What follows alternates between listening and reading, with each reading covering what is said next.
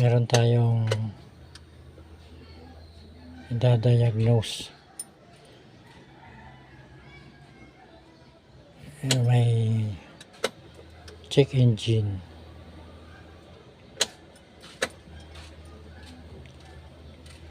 Kailangan pag umandar, mawawala yung check engine. Ngayon, din nawawala. Yung katabi niyang kulay pula,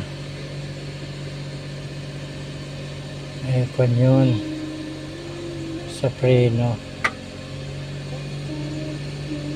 Ayan, nawala. Nung inapakan kong preno,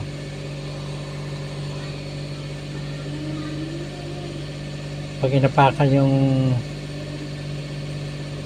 foot brake, ito dapat handbrake. Dito naman foot brake ang gamit. Yan o, umilaw siya.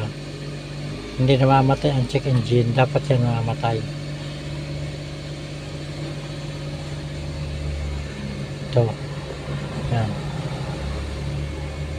yan yung dilaw, dapat namamatayan.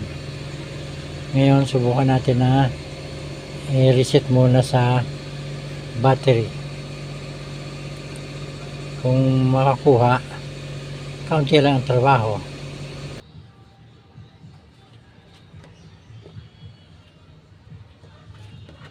Ito, tanggalin natin yung isang terminal, tapos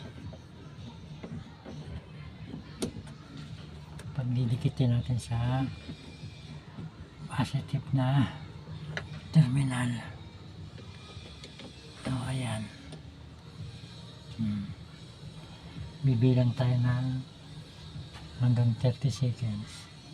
1, 2, 3, 4, 5, 6, 7, 8, 9, 10, 11, 12, 13, 14, 15, 16, 17, 18, 19, 20, 21, 22, 23, 24, 25, 26, 27, 28, 29, 30. After makabilang tayo ng 30 seconds, ay ibabalik natin yan sa negative terminal. Negative terminal ang dapat tanggalin kasi makuha lang siya, madali lang tanggalin. Tapos tingnan natin kung nawala na yung kanyang check engine. Paandalin ulit natin.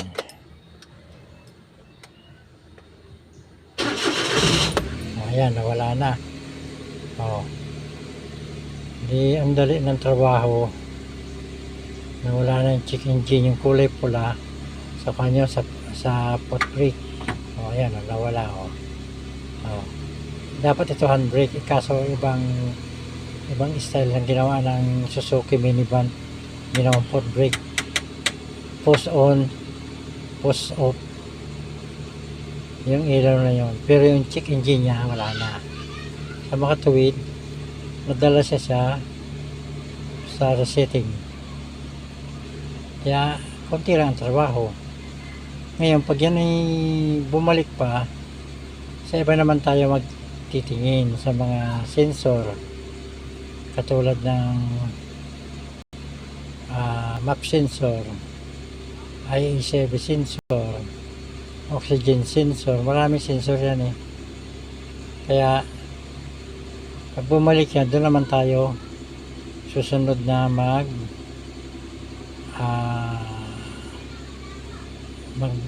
mag-check up, linisin natin. Pero pag hindi na bumalik, okay na yan. Pero pag bumalik, doon naman tayo sa mga sensor.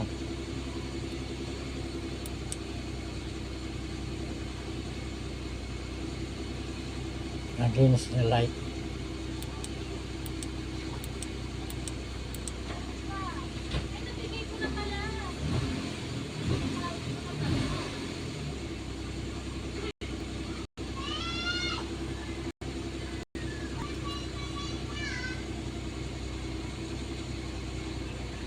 Okay. Sana hindi na bumalik para kaunti lang ang ginawa kahit na wala nang bayad, libre.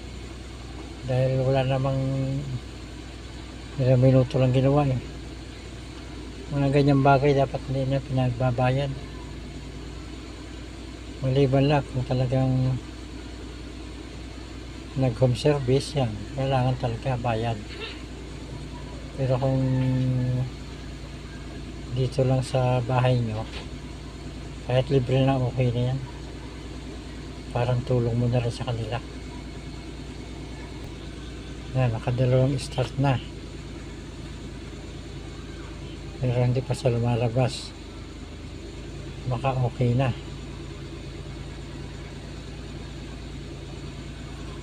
Patayin rin natin, start.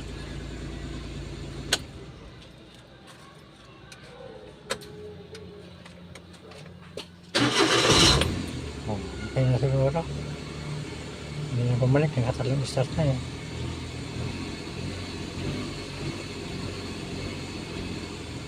Yan, naka-4 na start na. Hindi na bumalik. Pero pag bumalik yan, mag-check naman tayo sa iba, sa mga sensor. Kasi ang problema nito, nasa kuryente. Hindi na-supply ng accurate ang kanyang power supply. Patayin rin natin at start.